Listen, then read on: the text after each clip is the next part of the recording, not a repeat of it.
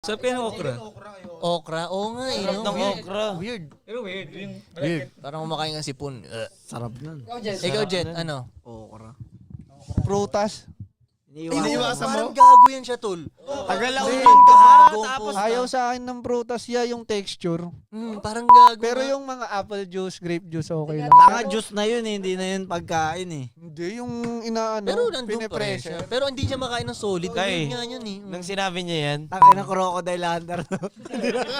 Hindi na kaya ng prutas. basta bigla ko naalala yan eh, naging topic namin yan na hindi siya ano. Bigla ko na-realize, tangina mo dyan, kaya ka minsan kulang-kulang eh. Ayaw mo sa prutas? Gago main food yun, unang panahon pa. Pinakamabuting pagkain sa fruits and vegetables. Itong kaibigan mo, weirdo talaga. Weirdo talaga, Diba? oy. Alam mo yung yan nga, yung pink yung gusto niya eh. Bakit yung pink? Eh, pag lalaki ka, dapat yung red eh. Di ba, tol? Pagbabaon ka ng yan sa school,